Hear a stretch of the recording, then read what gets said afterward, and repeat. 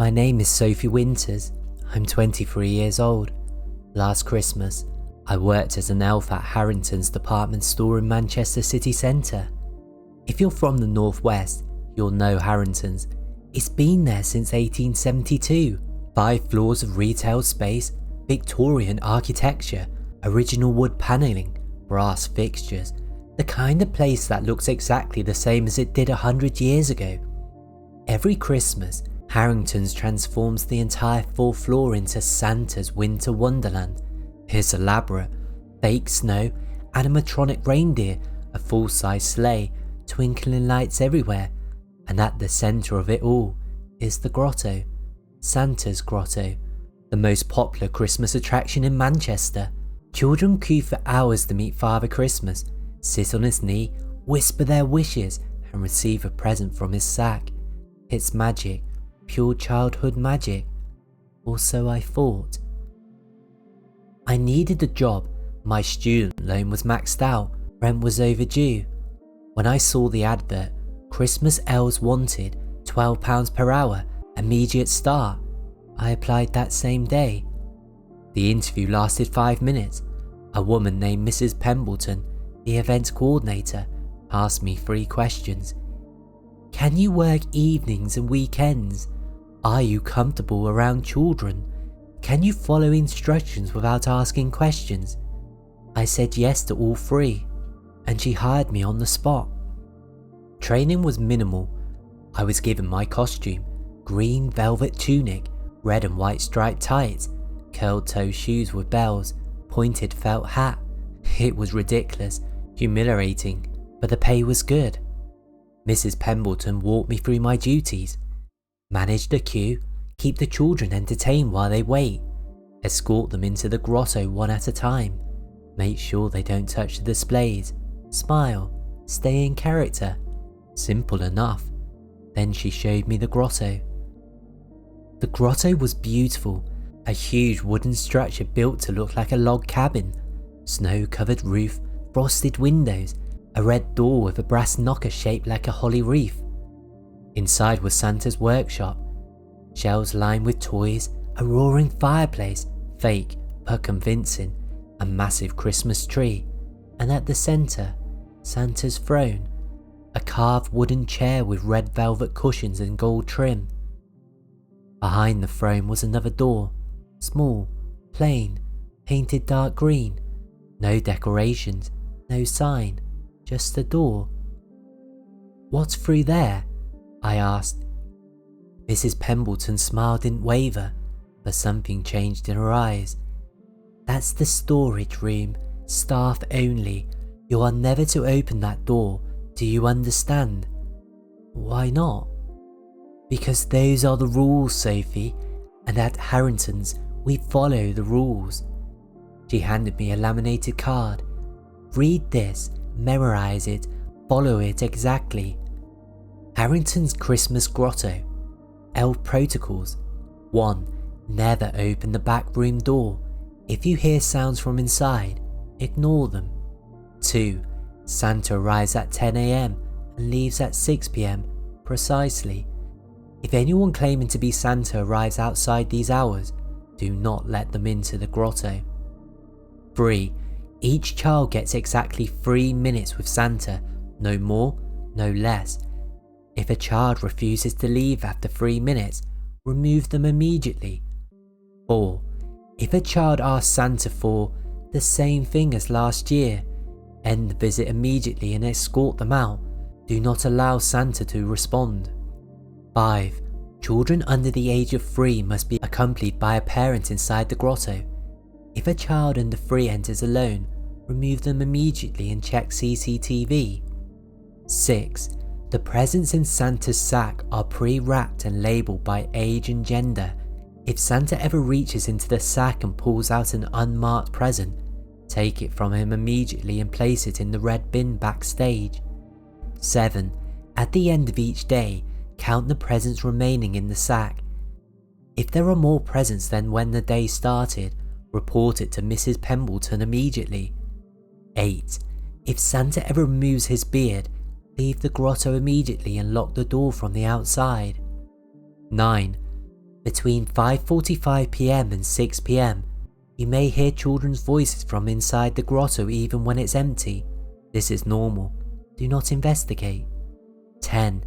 If a child tells you they've met Santa before, but not here, smile and change the subject. Do not ask them to elaborate. At the bottom, in handwriting I didn't recognise, someone had added, "Some children don't come for presents. They come because something is calling them. Don't let them answer." I should have quit right then, but I needed the money, so I stayed. The first week was fine. Santa, whose real name was Graham, was a retired teacher in his late 60s. He had the look down perfectly. Real white beard, not a costume, rosy cheeks, kind eyes, a deep ho ho ho laugh. The children adored him. He was professional, kind, followed the script. Every child got their 3 minutes. Every child got a present. Every child left smiling. It was exactly what you'd expect, except for the sounds. It started on my third shift. I was standing outside the grotto, managing the queue, when I heard it. A thump from inside the back room. Not loud, just there. I froze. Rule 1. If you hear sounds from inside, ignore them. I ignored it. But over the next few days, the sounds continued. Sometimes it was thumping, sometimes scraping. Once, I heard what sounded like a child crying. I asked Graham about it. "Do you ever hear noises from the back room?" He looked at me for a long moment. "Yes." "What is it?" "I don't know, and I don't ask, neither should you."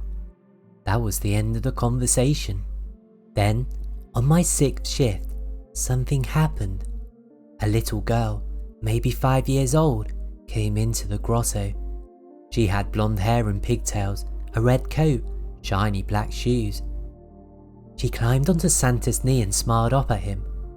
"Have you been a good girl this year?" Graham asked in a Santa's voice. She nodded enthusiastically. "And what would you like for Christmas?" She leaned close and whispered in his ear. Graham's face went pale. He looked at me. His eyes were wide, almost panicked.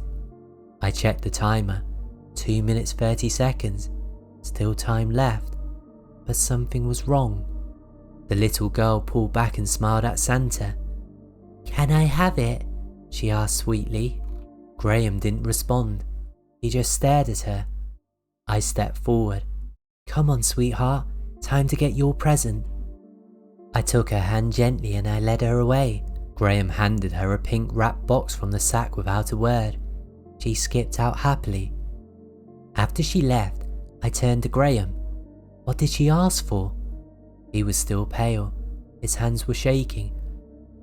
"She asked for her little brother back." "That's sweet. Maybe he's away for Christmas or..." "Her little brother died 3 years ago. I remember. It was in the news. He drowned in a pond near their house. He was only 2 years old." My stomach dropped. "How did you know it was her?" "Because she asked Santa for the same thing last year." Rule 4. If a child asks Santa for the same thing as last year, end the visit immediately. I violated the rule. That night, when I was locking up the grotto, I heard a sound from the back room. Not thumping this time, crying. A child, sobbing. I stood in front of the door for a long time. Rule 1. Never open the back room door. I didn't open it, but I heard the crying all the way home. The second week of December was busier.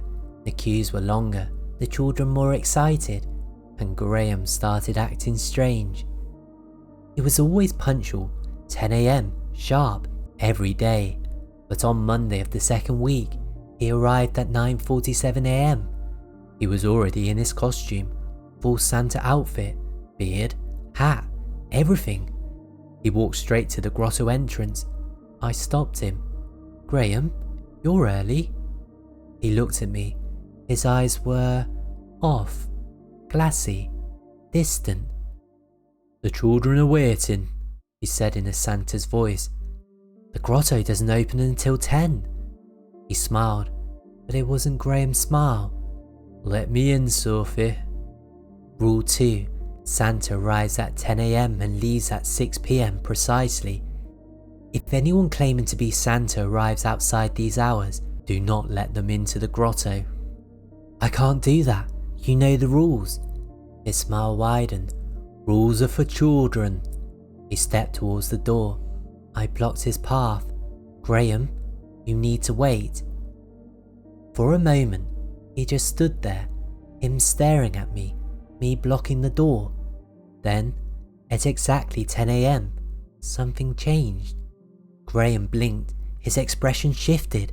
Confused, he looked around as if seeing the place for the first time. Sophie? What? Why am I here so early? You don't remember? No.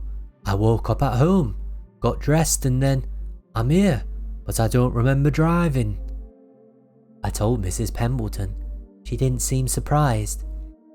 It happens sometimes, she said calmly. Disorientation, the costume can be immersive. Just make sure he doesn't enter before 10 AM or stay after 6 PM. Understood? What happens if he does? She looked at me coldly. Nothing good. It happened on Thursday. A little boy, maybe 7 years old, sat on Santa's knee. What would you like for Christmas? Graham asked. A bike, a red one, with gears.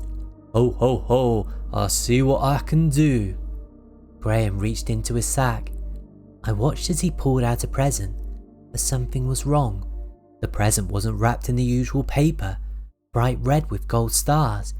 This one was wrapped in brown paper, old, faded, tied with rough twine, and it had no label. Rule 6. If Santa ever pulls out an unmarked present, take it from him immediately and place it in the red bin backstage. I stepped forward quickly. Sorry, that's the wrong one. I took the package from Graham's hands. It was heavier than it should have been, and colder, unnaturally cold. The little boy looked disappointed. Is that not for me? No, sweetheart, Santa's got something better for you. Graham pulled out a properly wrapped present, blue paper, labelled Boy 7 to 9. The boy took it happily and left. After the shift ended, I examined the unmarked present more closely. It was addressed, not with a label, but carved directly into the brown paper, in shaky, childlike handwriting. For the good children who remember. I placed it into the red bin backstage as instructed. But that night, when I came in for my shift the next day, the bin was empty, the present was gone. I asked Mrs. Pembleton about it. Where did the unmarked present go? She didn't look up from her clipboard. It's been dealt with. What was inside? That's not your concern, Sophie. But, drop it. Her tone left no room for argument, but I couldn't drop it, because that night I saw the same little boy from Thursday in the queue again. He shouldn't have been there. He's already had his visit. We kept records. When it was his turn, he walked into the grotto, sat on Santa's knee and said, I didn't like the present you gave me yesterday. Graham looked confused. Yesterday? But you weren't here yesterday. The boy smiled. Yes, I was. You gave me the one in brown paper. I checked the records. The boy had only visited once, Thursday, but he was insisting he'd received the unmarked present, the one I put in the red bin, the one that had disappeared. On Saturday, something impossible happened. At the end of the day, I counted the remaining presents in Santa's sack as instructed. We started the day with 60 presents. We'd given out 48. That meant there should have been 12 left. But when I counted, there was 15.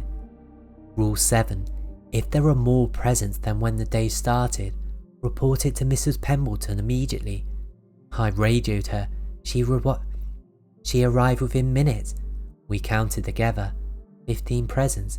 free extra, all of them wrapped in brown paper, no labels. What do we do? I asked. Mrs. Pembleton's face was grim. We removed them immediately. We pulled the 3 unmarked presents from the sack and placed them in the red bin backstage. What are these? I asked. Where do they come from? Mrs. Pembleton looked at me for a long time. They come from the back room. But how? I don't know, Sophie. They've been appearing for years.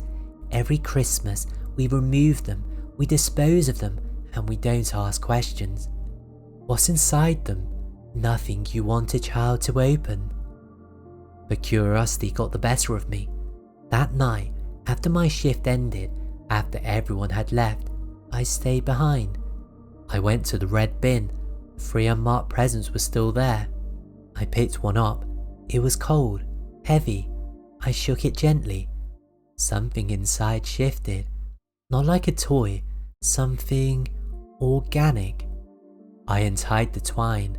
Slowly, carefully, I peeled back the brown paper.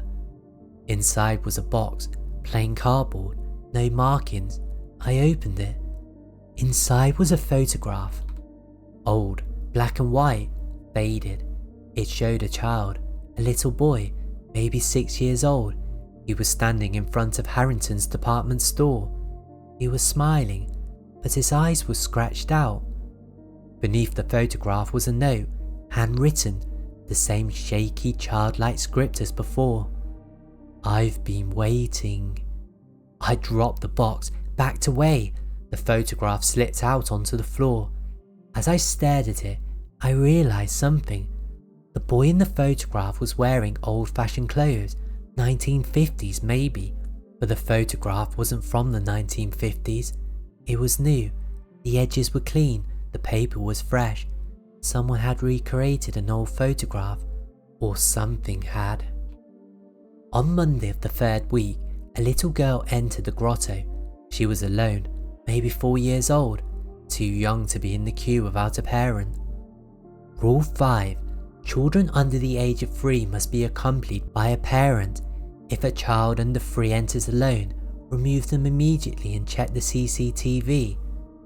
She was older than 3, but still too young to be alone. I knelt down beside her. Where's your mummy, sweetheart? She pointed towards the back room. She's in there. My blood went cold. In the back room? She nodded. She's waiting for me. I checked the CCTV. The little girl had entered the 4th floor alone. No parent, no guardian, just her. And she walked straight to the grotto as if she knew exactly where to go. I radioed Mrs. Pembleton. We have a situation. A child under 5, no parent. She says her mother is in the back room. Static. Then, get her out of there, now! I took the little girl's hand. Let's find your mummy, okay? She pulled away. She's in there. I can hear her. And then I heard it too. A voice from behind the back room door. A woman's voice, soft, singing. Hush, little baby, don't say a word. The little girl smiled. See, she's waiting. She walked towards the back room door. I grabbed her arm. No, sweetheart, you can't go in there. She looked at me. Her eyes were wrong, too dark, too knowing. But I'd been here before. I remember. Rule 10. If a child tells you they've met Santa before but not here, smile and change the subject. Do not ask them to elaborate. When were you here before? I asked, breaking the rule. She smiled. When I died. Security arrived. They removed the little girl, checked her information. She was reported 3 months ago. She disappeared from a shopping centre in Liverpool.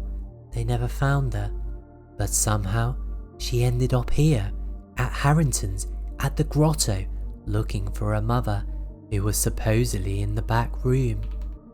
Every night, between 5:45 PM and 6 PM, I heard them, children's voices, singing, laughing, playing, coming from inside the empty grotto.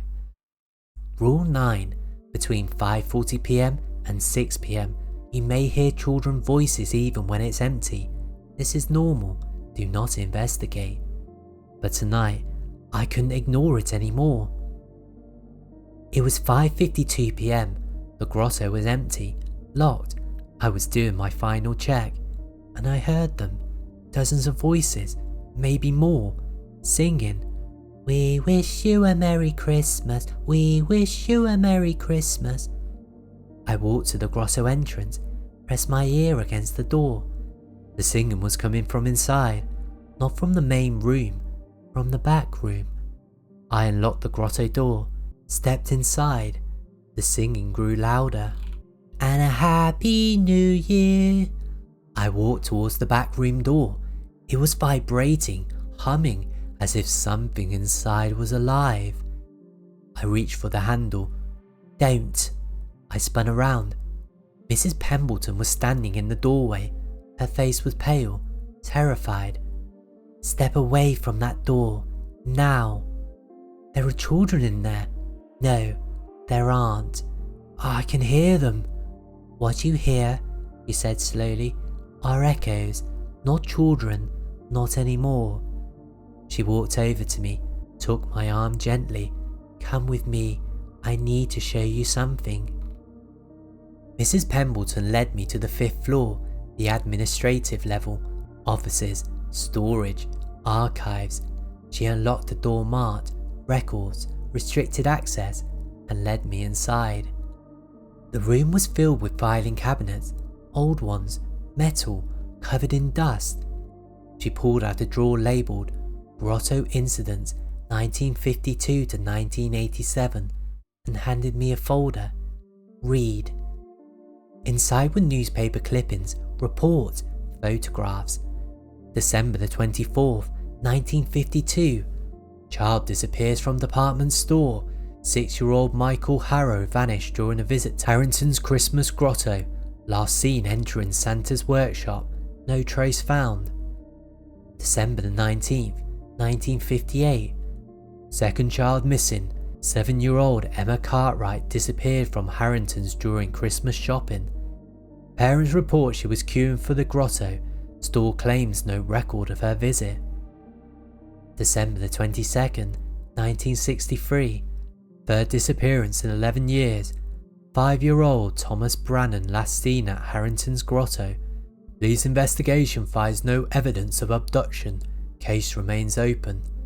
There were more, dozens more. All children, all disappeared from the grotto, all between December the 1st and December the 24th, and none were ever found. "What happened to them?" I whispered. Mrs. Pemberton closed the folder. "We don't know, but we do know one thing. They're still here. In the back room." She nodded. The back room was part of the original building, 1872. It was a storeroom, but before that, before Harrington's was built, this land was something else. What? An orphanage, St. Nicholas Home for Children. It burned down in 1869. 17 children died. My blood went cold. The grotto is built on top of it. Yes, and every Christmas, something calls to those children. Something from below, from before. We don't know what it is, but we know it's been here for over a century. Why don't you just close it, tear it down? We tried. In 1987, we shut down the grotto, sealed the back room, but the disappearances didn't stop. They got worse. Children started vanishing from other parts of the store, from the street outside. The only way to contain it is to keep the grotto open, to give it what it wants. And what does it want? She looked at me with hollow eyes. To be remembered. It's December the 23rd, my last shift. Tomorrow is Christmas Eve. After that, the grotto closes. I've followed every rule. I've done everything right. But tonight, something's different. At 5:47 p.m, Graham removes his beard. Rule 8. If Santa ever removes his beard, leave the grotto immediately and lock the door from the outside. I freeze. Graham, what are you doing? He doesn't look at me. He's staring at the back room door. They're calling me. Who? The children. I can hear them. They've been calling me for weeks. He stands up, walks towards the back room door. Graham, stop! You can't go in there. I have to. They need me. He reaches for the handle. I grab his arm. Don't! He turns to me. His eyes are empty. They said you'll try to stop me, but it's too late, Sophie. I'm already one of them. He opens the door. Inside is darkness. Not the darkness of an empty room. This is deeper, thicker, like looking into a well with no bottom. And from inside, I hear them. Children, dozens of them, singing, Santa Claus is coming to town. Graham steps through the door. The darkness swallows him, and the door closes. I stand there, frozen, staring at the closed door, and then I hear it, a knock, from the other side, 3 soft knocks, and a child's voice. Can we come out now? I run. I lock the grotto behind me, radio Mrs. Pemberton. I tell her everything. She arrives within minutes, pale, shaking. He went inside. I nod. We need to seal it, now. Maintenance arrives. They board up the back room door, nail it shut, place chains across it, but I can still hear them. The children, singing, laughing, waiting. I quit the next day. Graham was reported missing. Police investigated, found nothing. Harrington's released a statement. Mr. Graham Foster resigned his position effective immediately. We wish him well. But I know the truth. He didn't resign. He's still there, in the back room, with the others. It's been 3 months. Christmas is over. The grotto is dismantled, stored away until next December. But last week, I received a package in the mail. Brown paper, rough twine, no return address. Inside was a photograph, black and white, old-fashioned. It showed a man dressed as Santa Claus, standing in front of Harrington's department store. The man was Graham, but the photograph was dated 1952. Beneath it was a note in shaky, childlike handwriting. Thank you for sending him. We've been waiting. Next year, we'd like you to visit. The children remember you. I don't know what that means, but I'm not going back. I'm never going back. Because some Christmas magic isn't magic at all. It's something much older, much darker, and it's still waiting in the back room behind the door where the children sing forever.